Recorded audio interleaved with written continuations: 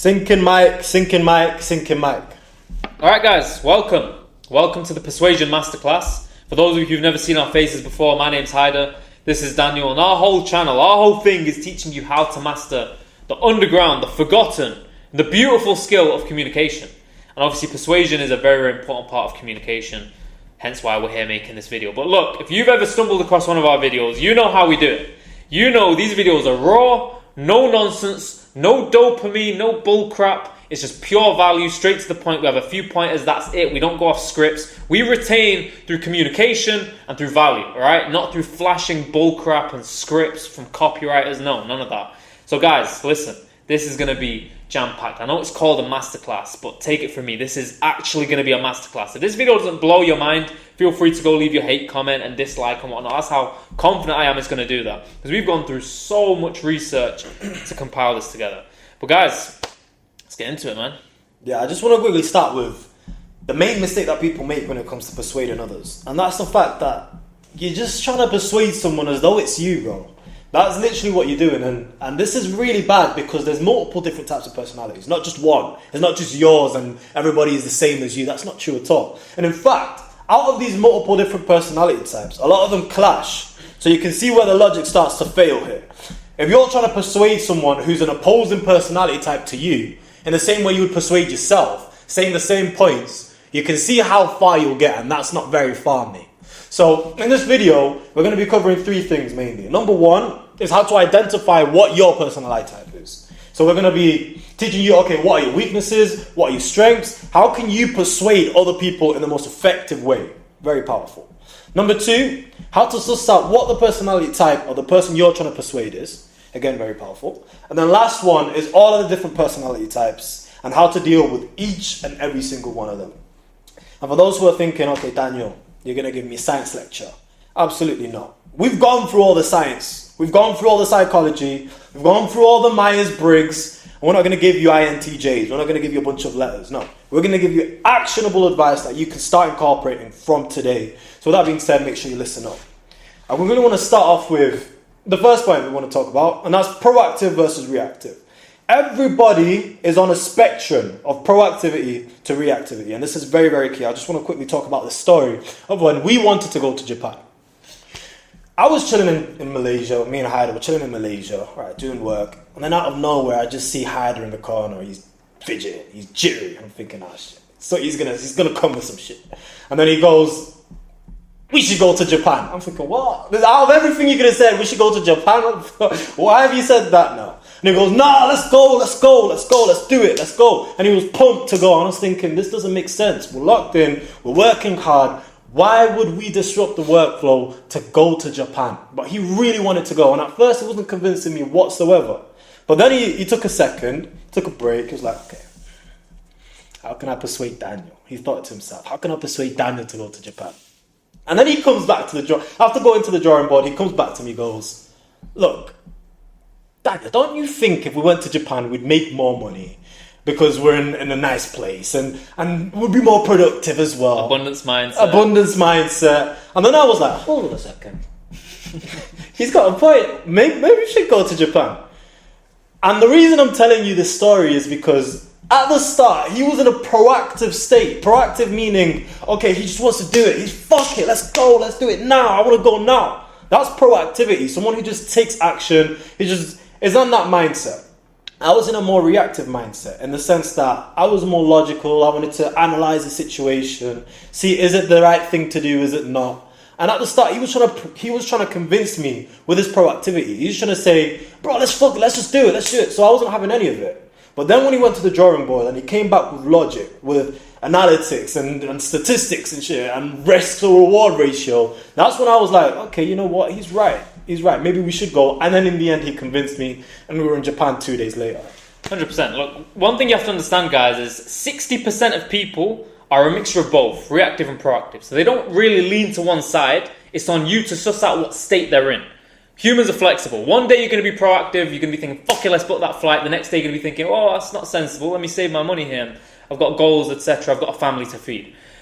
20% of people lean to reactive, meaning that more often than not, they're in a reactive state. And then the remaining 20% of people lean towards being in a proactive state for the majority of the time.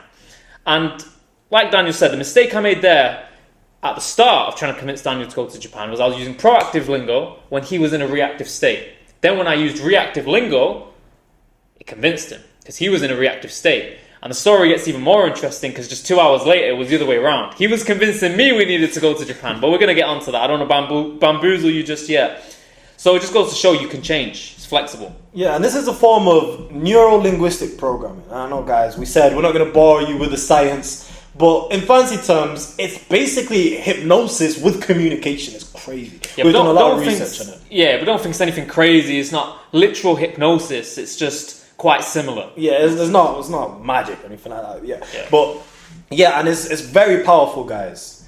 So you're probably thinking, okay, this is good information. How can I tell? How can I tell if someone's in a proactive state or in a reactive state? Well, I'll tell you here. I've got some notes jotted down here. Proactive people, they tend to speak like they control the world. They tend to speak very quickly. They're very fidgety. They tend to be less patient, and they want to do it. They want to do it. Reactive people, They believe more in chance and risk to reward, and they want to analyze it and understand it and have a long conversation about it. And they tend to speak in convoluted sentences. And we've got a couple examples here.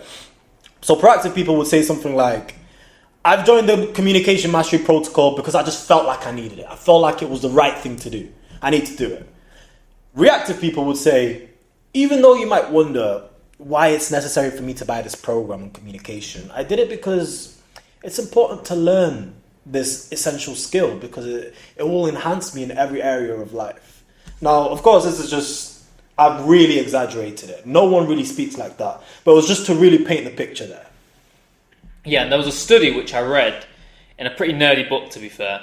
And it was this girl. She was trying to convince her brother to go on a quick weekend getaway. What are they called? Daycays or weekend vacations, whatever. And they wanted to go to Spain. So she messaged him on a Thursday saying, there's a cheap flight on Saturday. There's a deal on in this villa on Airbnb. Let's just go. Fuck it. It'll be really, really fun. Da-da-da. And her brother went, no. Why would we do that? That's so erratic. That's not sensible at all. And that's a very, very immature suggestion. Then there was a different scenario where she, and this is the same girl to her brother, in a different occasion messaged him saying, hey, there's actually a really, really good deal on. I thought you might be open to checking it out because, yeah, this could be a possibility. We could do this potentially. And the difference is that in one situation, she was trying to force an idea on him. She was making him think that he had to do it, he had to take action on it, or he was going to miss out, But that's not how reactive people want to make decisions. They want to feel like they're in control. So when she instead changed her approach and started telling him, look, you might want to check this out, making him feel like he's in control. He needs to look at it. He needs to analyze it. He needs to come to the conclusion he wants to go. Then it worked. They were in Spain that weekend. And guys, that was a study. I've not really mentioned it properly there. I've probably not articulated it very well. But you get the point I'm trying to make here. There's a study and it showed the difference. But look, guys, it's very, very important you figure out what state someone is in. Reactive, proactive, and then you change your lingo. So for example, with a proactive person, you'll use the more YOLO kind of words. Think of it as someone who's more erratic, someone who's just willing to take action and make a decision without thinking too much. And think of the reactive guy of someone who needs it to make sense, the person who's more smart with their money, the person who is really analytical, like Daniel was mentioning before. Yeah, and all this is to say that once you actually figure out someone's patterns and you figure out, okay, are they in a reactive or proactive state, you can really enhance your persuasive abilities and capabilities. So guys, do not underestimate this little gem that we've gave you there. And even, okay, cool, let's apply it to a sales call for you salesmen watching. This is extremely powerful because you know when to tell a prospect, fuck it, bro, just let's do it. Let's get you started. There's an opportunity you're not going to miss out on. Or you know when someone's in a reactive state and to tell them, look, we've got this, we've got this, we've got that. You'll get from here to here and explain it properly. So it's very, very important and it's very powerful. Now, this is one aspect of communication that will really elevate you and boost you in life. But we cover all aspects of communication in this YouTube channel. And in fact, to go a step further, we've also started making a free training. A free training that you can get access to if you just click the link below now. It should be in the description of the YouTube video. I'll do it after this video. It is jam-packed with value as well. A different sort of value. It's not like our usual YouTube videos. We've switched up a little bit. So make sure you check that out as well. With that being said, let's go straight back into the video, man. Yeah, before we move on to the personality types we're going to get into next, just coming back to the story of Japan. So just a couple hours later, like I was saying, Daniel was the one persuading me. And that's because my proactive kind of side calmed down.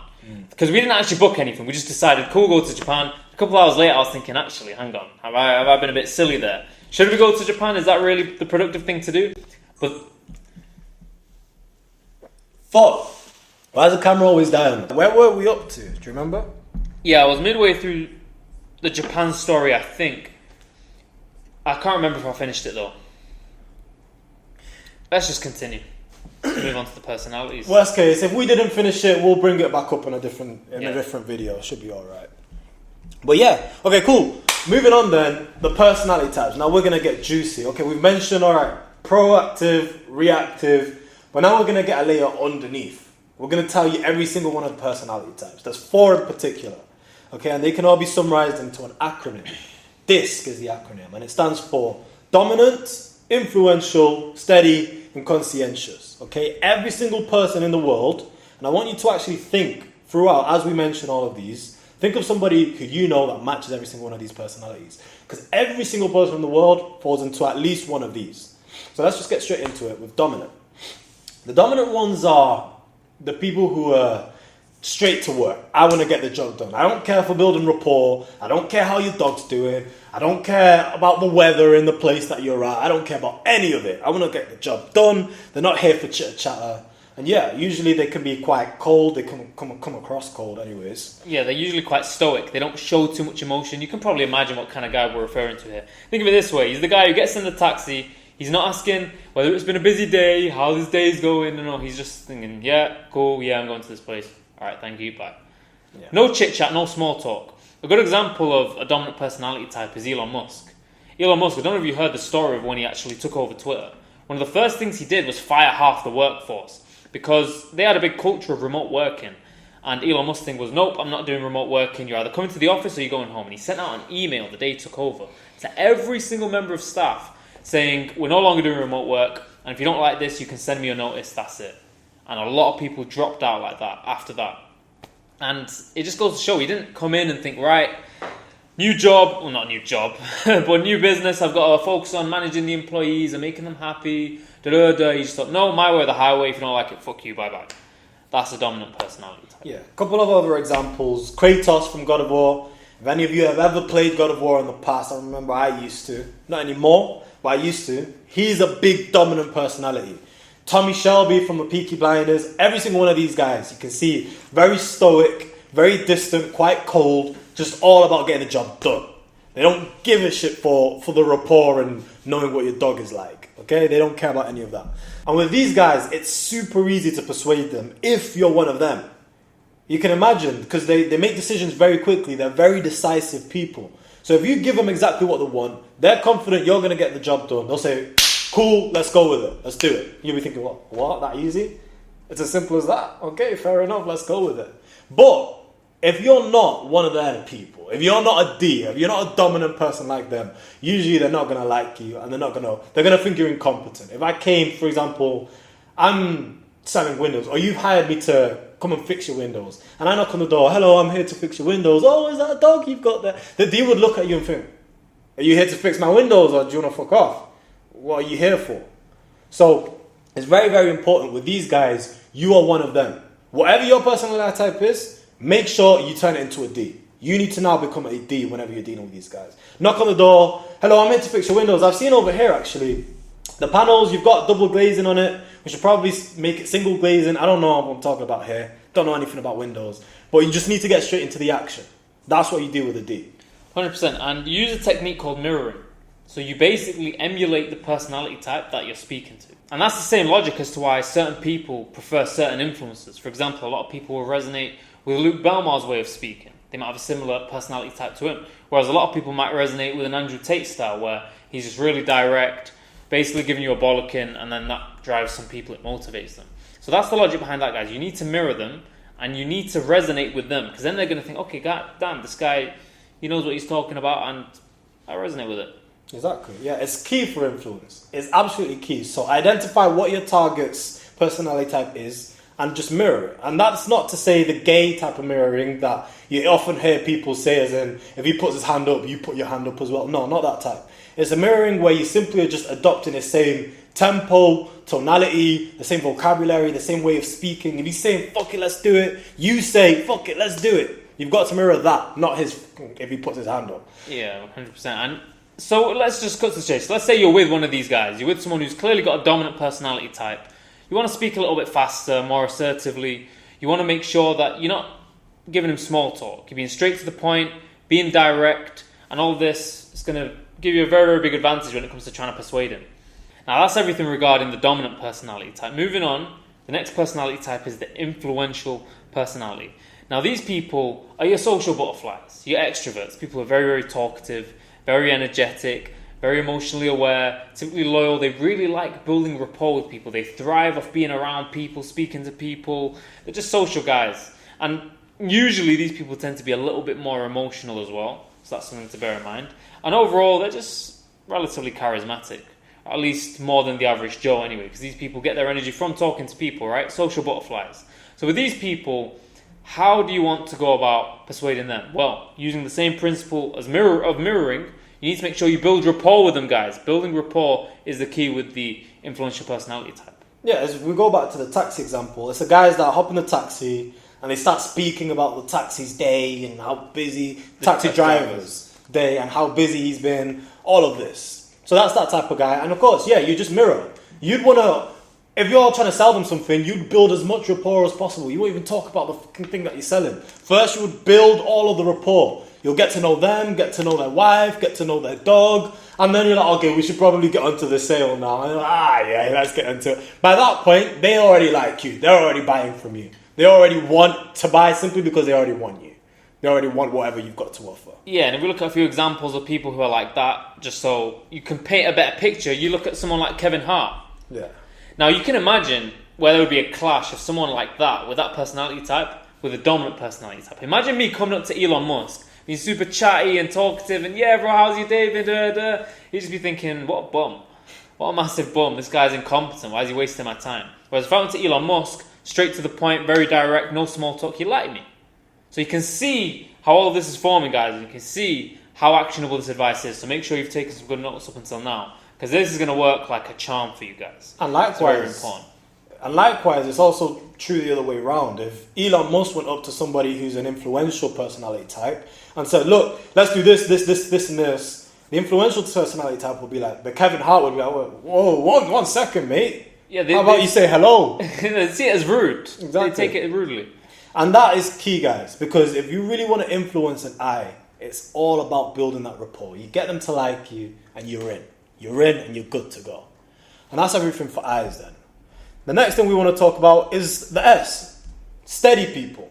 Now, steady people are a lot like the eyes, but without the energy. So where you think the eyes are people like Spider-Man, like Kevin Hart, like Jimmy Fallon, Oprah Winfrey, the steady people, on the other hand, are people like Mother Teresa. Mother Teresa is a very good one because she's still extroverted. She still likes speaking to people. She's still a people's people.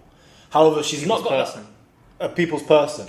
She's still not got that energy that the eyes would have had. She's still not saying, hello, how's your day? She's bouncing up and down, etc. No, she's very calm, very patient, very cool and collected. She still likes to get to know other people. But yeah, she's just more calm. And that's the main difference between an I and an S. S's are just the calmer versions, the ones that take their time, the ones who are more patient, whereas I's are the very outgoing, just more extroverted people, really.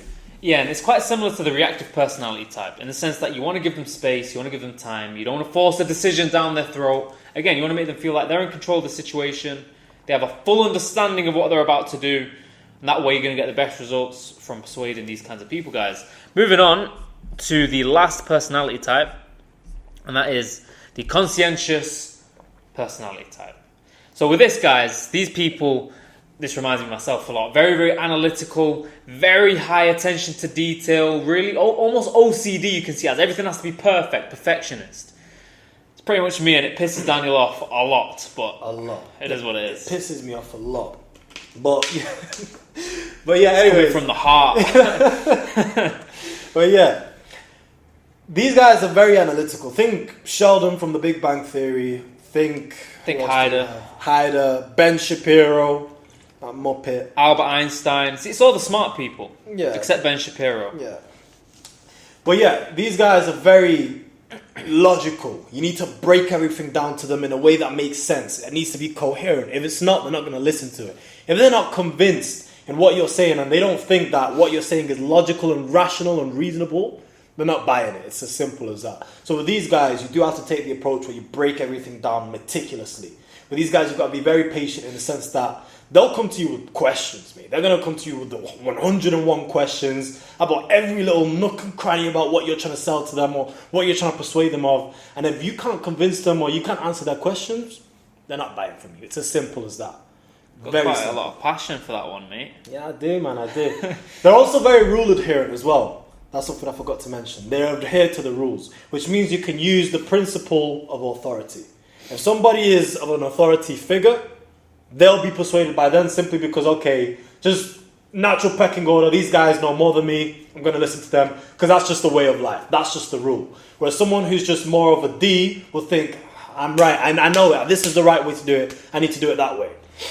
So yeah, that's just all C is really. That's all conscientious is. 100%, guys. And for the don'ts of this personality type, you don't want to build too much rapport. You definitely don't want to go around the houses. We see that as very, very incompetent.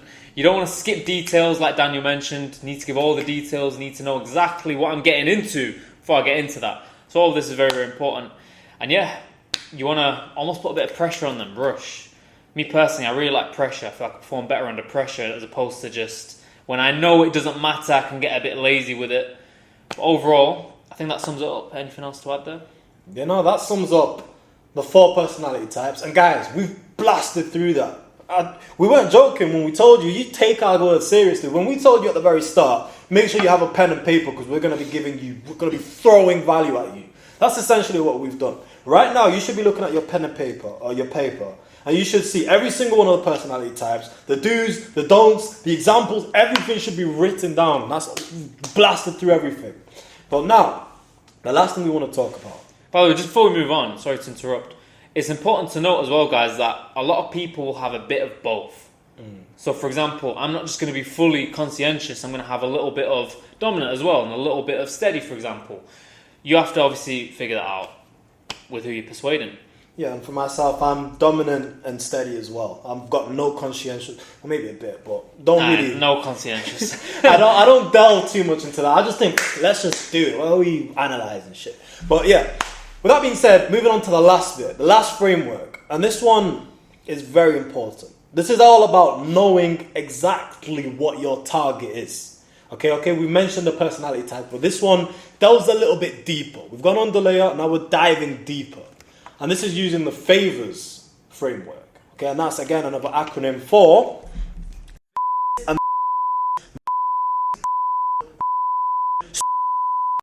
this is everything that you need to know about a person to successfully persuade them and convince them of anything. If you know every single one of these things, you will persuade the person you're trying to persuade. It's simple as that. Yeah, and where did you get that from? I just made it up. Yeah, I made it up myself, but guys, I've been using this a long time. Trust me, it works like a charm. It works like an absolute charm, guys. So, with that being said, let's get started with the fears. You want to take that? Cool, yeah. So guys, fears is a relatively simple one. Anyone who's in sales or copywriting and you've written sales pages or just online marketing in general, you're into that space, you'll know that to sell, you need to get into people's fears. That's just marketing 101, guys. So you want to know, what is this guy's worst fears? So for example, someone who's selling an e-commerce course is going to come to you and say, you're going to stay in the 9 to 5, you're going to be stuck in the rat race. You've probably heard Andrew Tate say it a million times when he's trying to sell the real world. He tells you you're going to be stuck forever. You're going to be, what's his terminology for the Matrix thing? He says you're either a G or a... Brokey, yeah, he always calls you a brokey or a nerd and all of this stuff. Luke Belmar has the bots and he has the... Glitches. So all of this is marketing 101, guys. You want to make sure you understand the fears of the person you're convincing. So for example, let's say I'm convincing my friend now to come and play football with me. And I know that one of my friend's fears is that he's not going to make it in professional football. And he's telling me now he's a bit tired and whatnot. And I'll say, bro, do you think when Ronaldo was younger, he was sitting there thinking, I don't really feel like playing football? No, he wouldn't have made it if it wasn't for that. He went, he took action. He played football, he put in the training, he put in the reps. That kind of thing. You get into their fears and you use it to manipulate them to get what you want. In a good way, of course. By the way, everything we've spoken about in this video can be used for evil. Don't do that. That's not why we're teaching it. Use it to do good. Use it to have a positive impact on the world. Don't be a twat. Yeah. Yeah, and fears is one of the two main motivators. There's two reasons why they're motivated to do anything. Number one is they're running away from fear. That's number one, which we've just covered. Number two is they're running towards something. They're running towards pleasure. They're running towards ambitions. Every single one of you, since you were a kid, very, very young, you've been running towards something. Now, whatever it is, it might have changed. It's different for everybody. But you've been running towards something. When you was a kid, maybe you wanted to be an astronaut. Then when you got to high school, maybe it was all about girls. Then when you got to college, it was good grades because life started getting serious. And then when it got to university, you just wanted to drop out and become an entrepreneur like we did. It was going to change. However, you're always running towards something. And that's actually the second point, ambitions. If you can leverage someone's ambitions, you're cooking. You're winning. Absolutely winning. For example, a story, again, of us. Me and Haida were deciding where we wanted to rent for the buy. Where we wanted to live. We were looking for an apartment to live. Haida really wanted to be a little bit more conservative, get a little bit of a less extravagant and luxurious place. And I was thinking, nah, fuck that. We need the big dog shit. We need the beachfront. We need all of that. So what did I tell him? I was like, you're looking to scale to millions a month. You're looking to do this. You're looking to have an abundance mindset. I was tapping into his ambitions, his dream state, because I knew that was what's going to get him over the line, because that's what he wanted. So yeah, very, very potent and very, very powerful. 100%, guys. You got to leverage someone's ambitions. This is, again, marketing 101. If someone wants a certain thing, use it to convince them. And a lot of people will sometimes tap into this subconsciously, but it just doesn't have anywhere near as much of an effect as if you actively do this. Then you can literally, like I said before, pretty much manipulate people. But guys, the next part of the acronym, so we've gone through fears, ambitions, favors. Now it's values.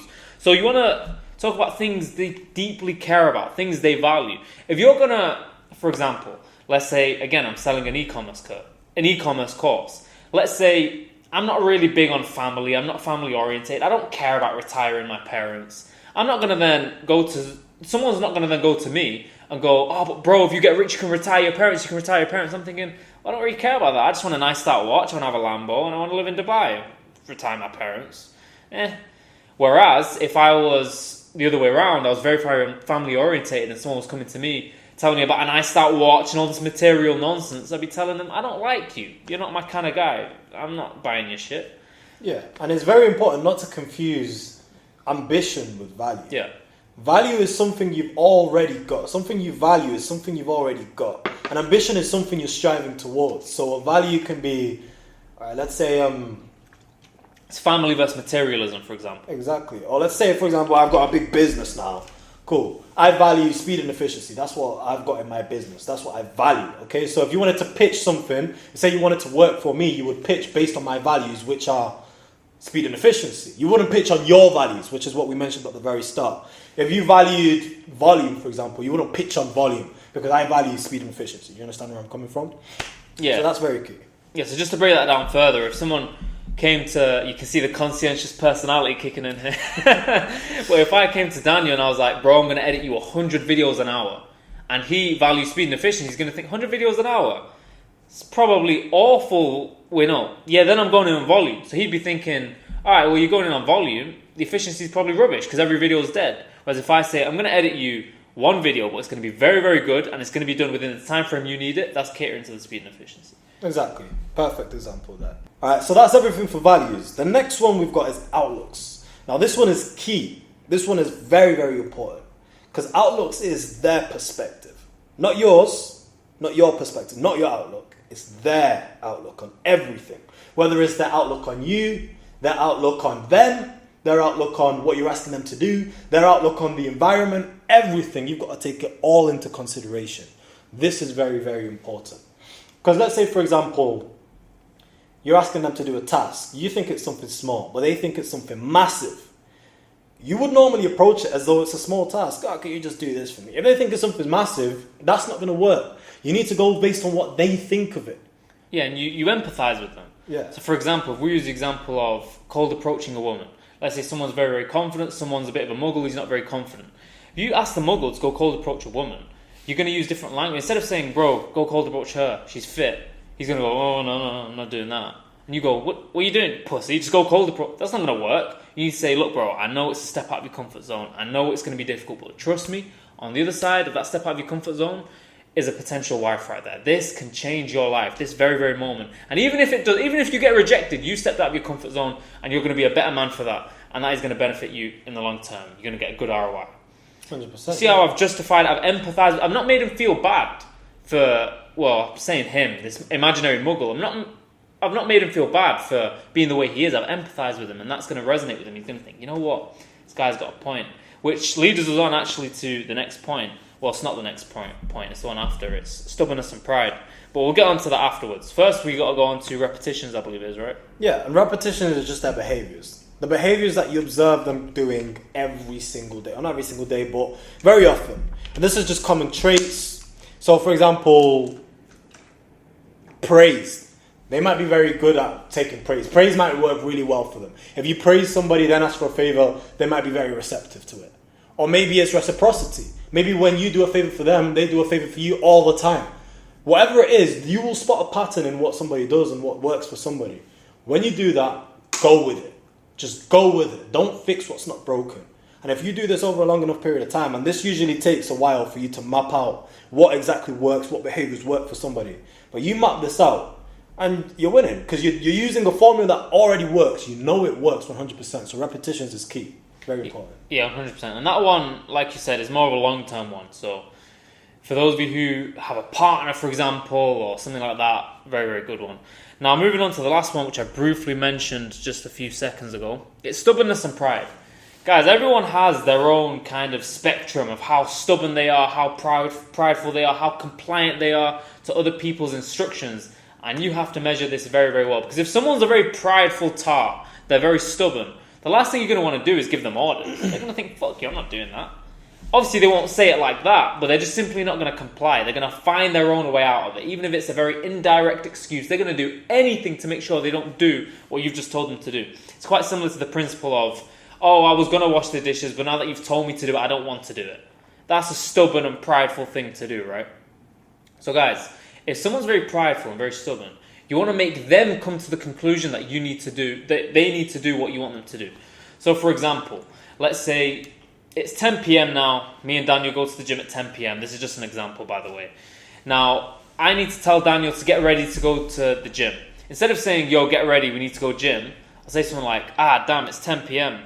We should probably get going. And he'll think, yeah, we should probably get going. He's come to the conclusion that he now needs to go and get changed, as opposed to me telling him, go get changed, we need to go gym. Do you see the difference there?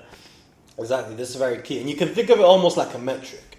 I want you now to just, on the piece of paper that you've picked up, jot down stubbornness on one side, not stubborn on the other side.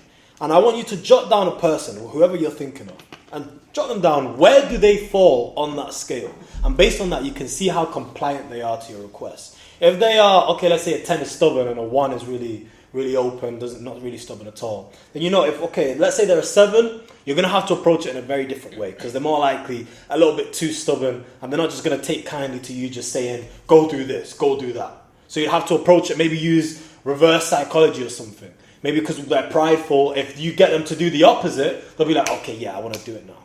You understand what I'm saying? It's very, very key. 100%. And most guys, to be fair, are not going to be on the 1 or the 2. Most guys will have at least a 3 or 4. If there's balls, then there's at least a 4 guys. So it is just about how around the houses do you need to go. If it's a 10, obviously you need to be very indirect. If it's a 6, a 7, you can probably afford to be a bit more direct, but just not too direct. And if they are towards the higher side of the scale, the prideful, stubborn side of the scale, don't get me wrong, that doesn't mean you can't influence them, you can't persuade them. It just means you've got to go about it in a different way. Because it can definitely, their pride can be used as your weapon, to your advantage. For example, someone who prides themselves in being a hard worker, for example, you could just say to them, okay, cool, would you like to stay a little bit overtime, do some more work? The prideful person who prides themselves on being a hard worker is more likely to stay than someone who doesn't give a shit about being a hard worker, for example. Because oftentimes with prideful people, they've got very high self-esteem. which means they've got to do things to maintain that self-esteem. Otherwise, they wouldn't have that. Otherwise, it would be delusion. So things like staying overtime, things of that nature, is what's allowing them to be prideful in whatever they're prideful in. Yeah, like for example, if I'm the boss at this retail store and I know there's this member of staff, this little fucker who always goes around telling people I'm a hard worker, I'll say, right, I need a really hard worker who can stay 30 minutes after the shift ends tonight. He's going to be thinking, hard work? Yeah, that's me. I'm your man. It's quite similar to the thing teachers used to do back in school. They'd say, I need some big, strong boys to lift the chairs and take them to the hall, or I need a very hard-working young man to go take the register to the office, something like that. And then all the kids would shoot their hands up trying to do it and justify their ego. Exactly. But guys, that pretty much wraps up the favors and in general wraps up the entire video. It's been a jam-packed video, guys. Absolutely filled with value. You should have at least 2, 3, 4 papers filled with notes, guys. It's been absolutely amazing. I quickly just want to take some time to mention the free training. I mentioned it earlier on in the video, but this is a free training that's nothing like any of our other YouTube videos. If you think this was jam-packed with value, just wait till you see that. Absolutely amazing. It's going to be in the description. The link will be in the description. Make sure you check it out. 100%. Yeah, you got anything to say? Yeah, the free training is more of actual communication tips. I'm talking tonality, body language, all of this sort of stuff. And that's what we talk about a lot on our channel as well. So if you want to not only just get good at persuading, you also need to get good at actually communicating. Guys, it's a very, very important life skill, so check out the rest of our channel. We've got some sick videos on there. Check them out, guys. With that being said, like, comment, subscribe. We also have our Instagrams in the bio if you want to give them a follow too. Keep up to date with what we do. We don't post too much right now, but we're going to start posting on the stories, so yeah, it's worth plugging. With that being said, see you soon, guys.